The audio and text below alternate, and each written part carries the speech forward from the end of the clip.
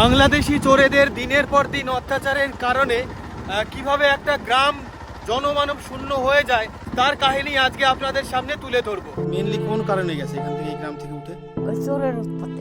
চোরের উৎপাত। রাতের বেলায় একদম বুকের পাটায় জোর না থাকলে এই রাস্তায় কিন্তু কেউ আসতে চায় না। দেখুন এখানে একটা বাড়ির অবশিষ্ট অংশ রয়েছে, পুরনো একটি মন্দির, একটা সিমেন্টের অংশ।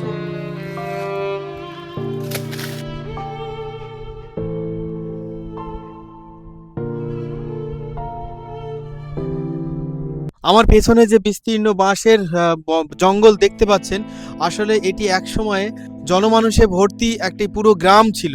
এই এলাকার প্রতিটি জায়গায় ছিল জনমানুষের ছোঁয়া, কিন্তু এখন দেখলে এই জায়গাটিকে কেউ বিশ্বাসই করতে পারবে না যে এইখানে কোনো একটা সময়ে বিশাল বড় একটি গ্রাম ছিল, যে কালের নিয়মে নয় চোরের নিয়মে সেই গ্রামটি এখন পুরোপুরি উচ্ছেদ হয়ে গেছে। এখন এই জায়গাগুলো দেখলে হরর ফিল্মের সেট ছাড়া আর কিছুই মনে হয় না। লম্বা লম্বা বাঁশ দেখুন রাস্তার সাইড দিয়ে পুরো ঝুঁকে ঝুঁকে পড়েছে। রাতের বেলায় একদম বুকের পাটায় জোর না থাকলে এই রাস্তায় কিন্তু কেউ আসতে চায় না। অথচ এই জায়গায় ছিল কোনো একটা সময় মানুষের জনপ্রিয় স্থান, মানুষের শোবার জায়গা, মানুষের বসবাস করার জায়গা, মানুষের দুটো মনের কথা বলার জায়গা। এখন তেমন কোনো কিছুই আর অস্তিত্ব নেই বললেই চলে। তবে ভেতরে ঢুকলে এখনো কিছু কিছু এমন জিনিস দেখা যায় যেটা দেখে বোঝা যায় এখানে বেশ কয়েক বছর আগে মানুষের অস্তিত্ব ছিল। ছুটির দিনে আমি আর আমার ভাই চলে এসেছি সেই পরিত্যক্ত গ্রাম, যে গ্রামে বর্তমানে একটি মানুষও বসবাস করে না। দেখুন রাস্তার পাশেই বিরাট এই বাঁশঝাড়ের পেছনেই রয়েছে এই একটা বড় বট গাছ, আর এই বট গাছের পাশেই রয়েছে পুরনো একটি মন্দির। মন্দিরে কিন্তু দেখি কোনো ঠাকুরের মূর্তি আছে কি নেই। রয়েছে একটা পুরনো শিব ঠাকুরের মূর্তি হবে হয়তো। বাঁশঝাড়ের ভেতরেই দেখুন এখানে একটি বাড়ির অবশিষ্ট অংশ পড়ে রয়েছে, আর এটা দেখে মনে হচ্ছে এটি বাথরুম। আর ওই পাশটাতে যাব, ও পাশটাতেও দেখাবো বাড়ির পুরনো ভগ্নাংশ। এখান থেকে বাংলাদেশ বর্ডারের দূরত্ব খুব জোর হলে 1 থেকে 1.5 কিলোমিটার হবে। প্রতি রাতে একটা সময় বাংলাদেশ থেকে, যখন তারকাটা ছিল না, বাংলাদেশ থেকে চোর আসতো।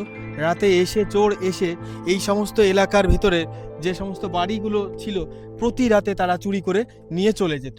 দিনের পর দিন চুরির ঘটনাকে কেন্দ্র করে এলাকায় বিশাল ভীতির সৃষ্টি হয়, এবং সেই ভয় থেকেই ধীরে ধীরে একে একে করে এই গ্রাম থেকে মানুষজন একদম চলে যেতে শুরু করে। দেখুন এখানে একটি পুরনো ইদারার অবশিষ্ট অংশ রয়েছে। এখান দিয়ে সব বাড়িঘরের অংশ ছিল, যদিও সেই সময় পাকা বাড়ির অতটা প্রচলন শুরু হয়নি, সবই ছিল কাঁচা বাড়ি। ওই জন্য বাড়ির অবশিষ্ট অংশ বলতে এখন আর তেমন কিছু নেই। এই কাঁঠাল গাছটা বেশ মোটা হয়ে রয়েছে, আর এই কাঁঠাল গাছ, আম গাছ, এগুলো সাধারণত বসতিযুক্ত অঞ্চলেই দেখা যায়।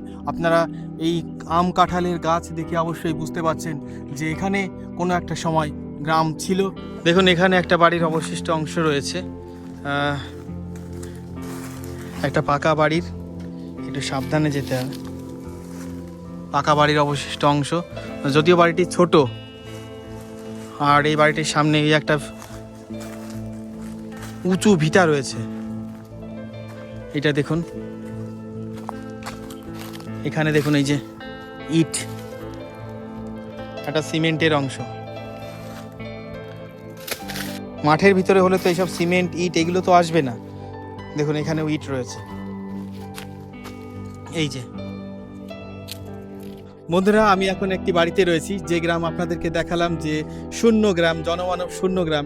সেই জনমানব শূন্য গ্রামেরই একটি পরিবার, একটি বাড়ি একমাত্র অবশিষ্ট রয়েছে।